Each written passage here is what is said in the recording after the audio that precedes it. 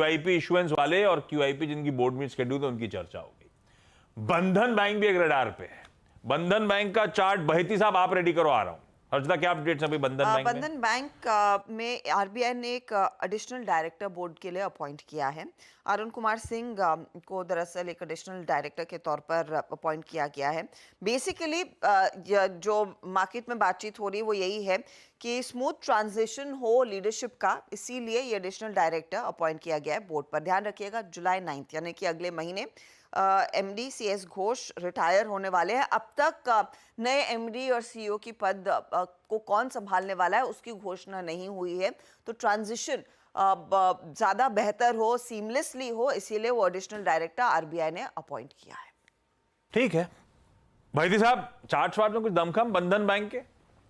Ashish ji, chart पे एक rounding bottom formation जरूर हो रखा है और जिस हिसाब से स्टॉक अपना 200 डेमा अप्रोच कर रहा है, हमें लग रहा है इसमें एक यहाँ से ब्रेकआउट देखने मिल सकता है और स्टॉक 220 तक के लेवल्स दिखा सकता है। लेकिन हमारी सलाह फ्रेश लॉन्ग की नहीं है, क्योंकि इसमें हमने देखा ऑफ लेट सेलिंग आ जाती है, कभी भी एक पुल बैक आता है। तो छोटे बैंक्स काफी अच्छे अवेलेबल है।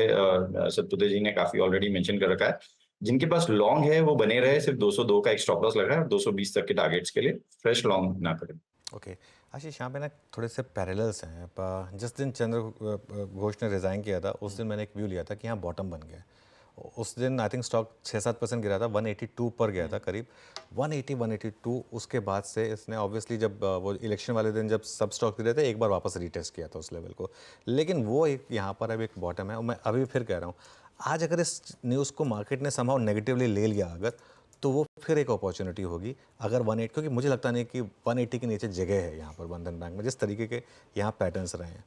और एक चीज़, आरबीआई बोर्ड पे अपना नॉमिनी सिर्फ इसलिए नहीं बिठाता कि उनको लग रहा है कि कुछ यहाँ पर गड़बड़ है। कई बार क्या होता है जब इस तरीके का ट्रांजिशन हो रहा हो, जब घोष साहब इतने साल से चल रहे हैं। अच्छा, एक जो मेरा मानना है और जो मुझे लग रहा है कि होना चाहिए, बंधन बैंक ने पिछले साल हायर किया था मिस्टर बब्बर को, मुझे पूरा नाम याद नहीं आ रहा है, एचडीएफसी बैंक से। वो एचडीएफसी बैंक में थे, वहाँ से उन्होंने उनको हायर किया था एज एग्जीक्यूटिव डायरेक्टर।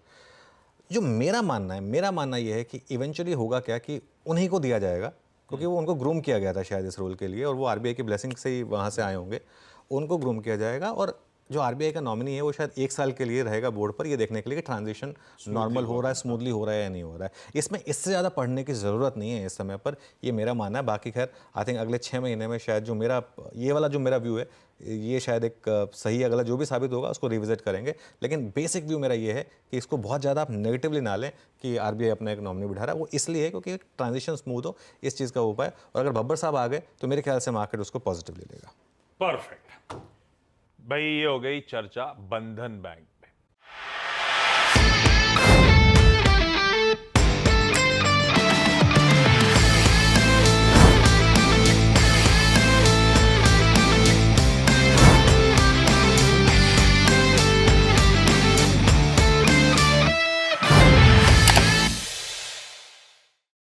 बता दें कि मनी कंट्रोल पर दिए गए विचार एक्सपर्ट्स के अपने निजी विचार होते हैं।